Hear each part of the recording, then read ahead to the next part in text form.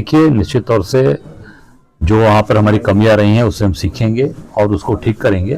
पर जो आज पूरे देश के अंदर ये चुनाव आयोग और भाजपा मिलकर ये चोरी करा रहे हैं, ये चारों तरफ पूरी चोरी चल रही है और केवल चुनाव आयोग और ये सब मिलकर आप देख सकते हैं 65 लाख लोगों का वोट काटा गया।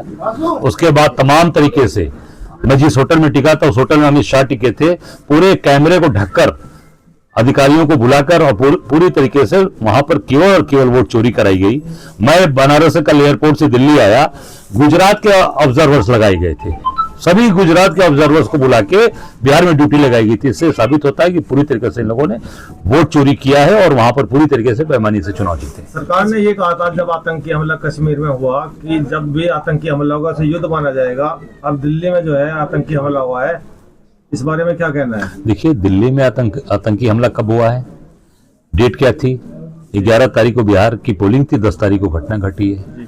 2019 में पुलवामा हुआ, उसके बाद लोकसभा का चुनाव हुआ जिसमें हमारे 40 जवान शहीद हुए बम ब्लास्ट में। पता नहीं चला क्या उसमें हुआ, कहां से RDX आया, कौन आया, कैसे आया, कुछ पता नहीं चला। 40 जवान हमारे शहीद हुए। अभी देखिए फिर लगातार घटनाएं घट रही हैं। इन्होंने कहा कि नहीं मेरे यहाँ कोई आतंकवादी हमला नहीं हुआ, लगातार उरी, पठानकोट, अभी जम्मू कश्मीर में हुआ, दिल्ली में। आप देखिए हमारे उत्तर प्रदेश के 5-5 लोग उसमें शहीद हुए। मैं वहीं जा रहा हूँ, शामली में, मेरठ में, अमरोहा में, श्रावस्ती में, सब तरफ ये लोग हुए। अभी मुझे लगता है कि सरकार की न कोई मदद आई, न कोई संवेदना आई, न कोई सहयोग और कोई युद्ध की बात। आप देख सकते हैं पहलगाम के अंदर क्या हुआ था। हमारे नौजवान बच्चे वहां गए थे हनीमून मनाने गए थे, उनकी पत्नियों की मांग धुल के वहां से आए। इससे बड़ा दुर्भाग्य क्या हो सकता है देश का। और केवल दिखावा और केवल ड्रामेबाजी चल रही है। ये जो हमारी कमियां हैं उसको हम ठीक करेंगे और उसको निश्चित तौर से उसको हम आगे जो आने वाले समय है उसको पूरी तरीके से हम दुरुस्त करेंगे। पर जो चोरी हो रही है उस चोरी के बारे में मैंने बताया और हम अपने निश्चित तौर से जो कमियां उसको ठीक करेंगे। गन्ने का भाव आपको कर दिया है, क्या कहना? नहीं, गन्ने का भाव तो जो हिसाब से किसानों को मिलना चाहिए कहाँ मिल रहा है। केवल इनको लॉलीपॉप दिया जा रहा है किसानों को।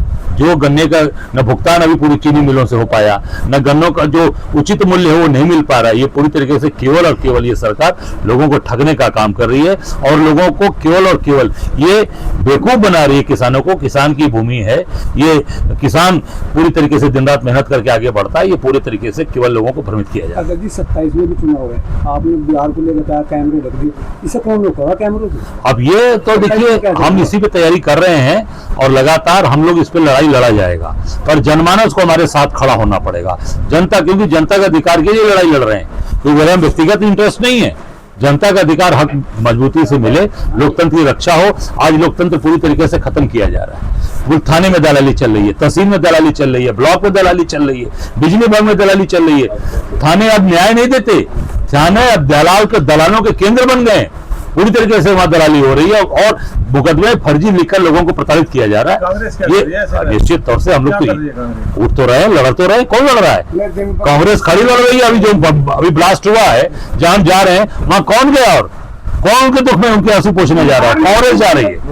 बिहार में इतनी बड़ी जीत उन्हें मिली है, उसे कहीं जनता को कोई विकल्प नहीं दिखाई दिया। देखिए, जनता को विकल्प इसलिए कि वो केवल इस तरीके से 65 लाख लोगों का वोट कटवा दिया।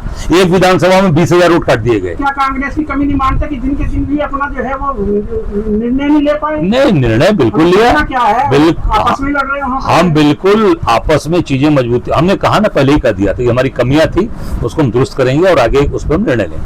हमसे जुड़े रहने के लिए हमारे YouTube चैनल को सब्सक्राइब करें और नई वीडियो की नोटिफिकेशन के लिए बेल आइकॉन को दबाएं। अगर आप ये वीडियो Facebook पर देख रहे हैं तो लाइक जरूर करें और ज्यादा से ज्यादा शेयर करें। धन्यवाद।